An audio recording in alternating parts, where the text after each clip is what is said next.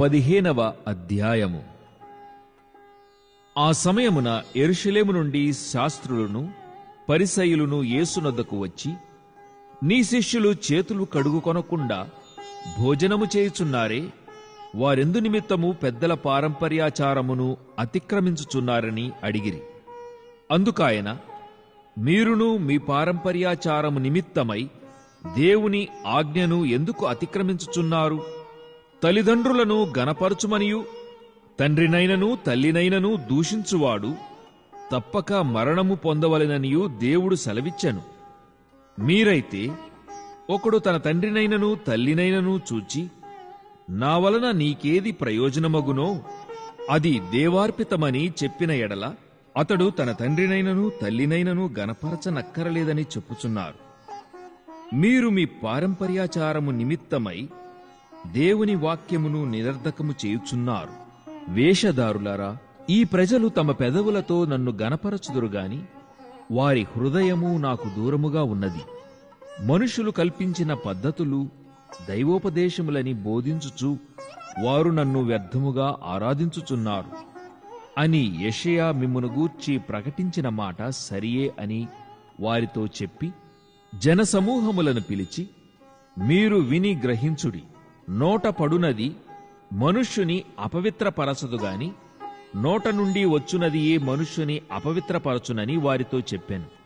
అంతటా ఆయన శిష్యులు వచ్చి, పరిసయ్యులు ఆ మాట విని అభ్యంతరపడిరని నీకు తెలియనా అని ఆయనను అడుగగా, ఆయన, పరలోకమందున్న నా తండ్రి నాటని ప్రతి మొక్కయు పెళ్లగింపబడును. వారి జోలికి పోకుడి. వారు గ్రుడ్డివారై ఉండి గ్రుడ్డివారికి త్రోవ చూపువారు. గ్రుడ్డివాడు గ్రుడ్డివానికి త్రోవ చూపిన ఎడల వారిద్దరూ గుంటలో పడుదురు గదా అనెను. అందుకు పేతురు, ఈ ఉపమాన భావము మాకు తెలుపుమని ఆయనను అడుగగా, ఆయన, మీరును ఇంతవరకు అవివేకులై ఉన్నారా?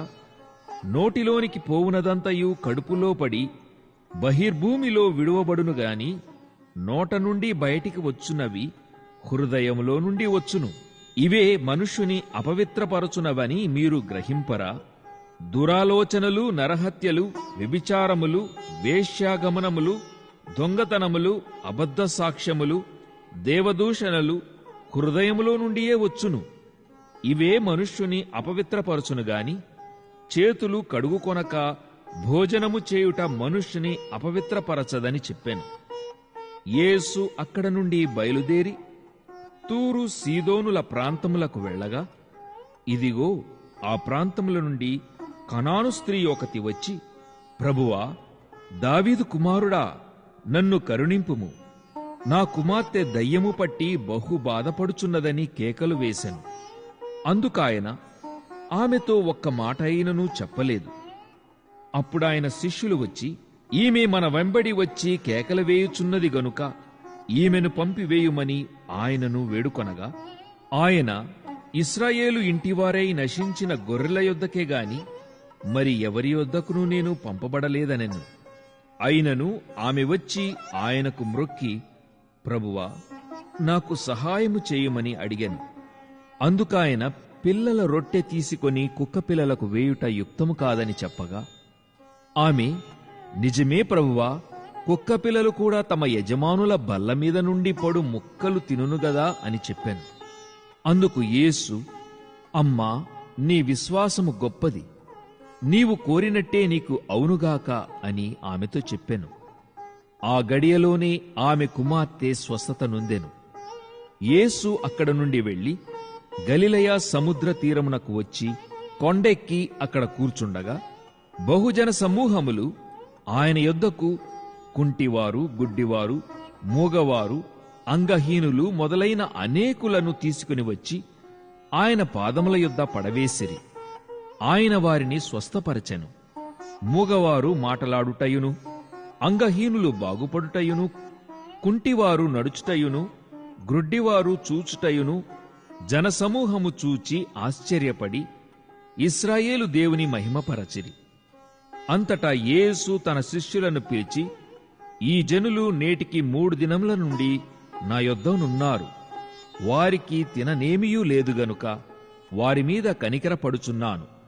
వారు మార్గములో మూర్ఛపోదురేమో అని వారిని ఉపవాసముతో పంపివేయుటకు నాకు మనస్సు లేదని వారితో చెప్పగా, ఆయన శిష్యులు, ఇంత గొప్ప జనసమూహమును తృప్తిపరచుటకు కావలసిన రొట్టెలు అరణ్య ప్రదేశములో మనకు ఎక్కడ నుండి వచ్చునని ఆయనతో అనిరి.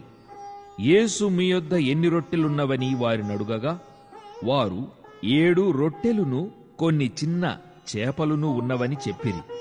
అప్పుడాయన నేలమీద కూర్చుండుడని జనసమూహమునకు ఆజ్ఞాపించి ఆ 7 రొట్టెలను ఆ చేపలను పట్టుకొని కృతజ్ఞతాస్తుతులు చెల్లించి వాటిని విరిచి తన శిష్యులకిచ్చెను.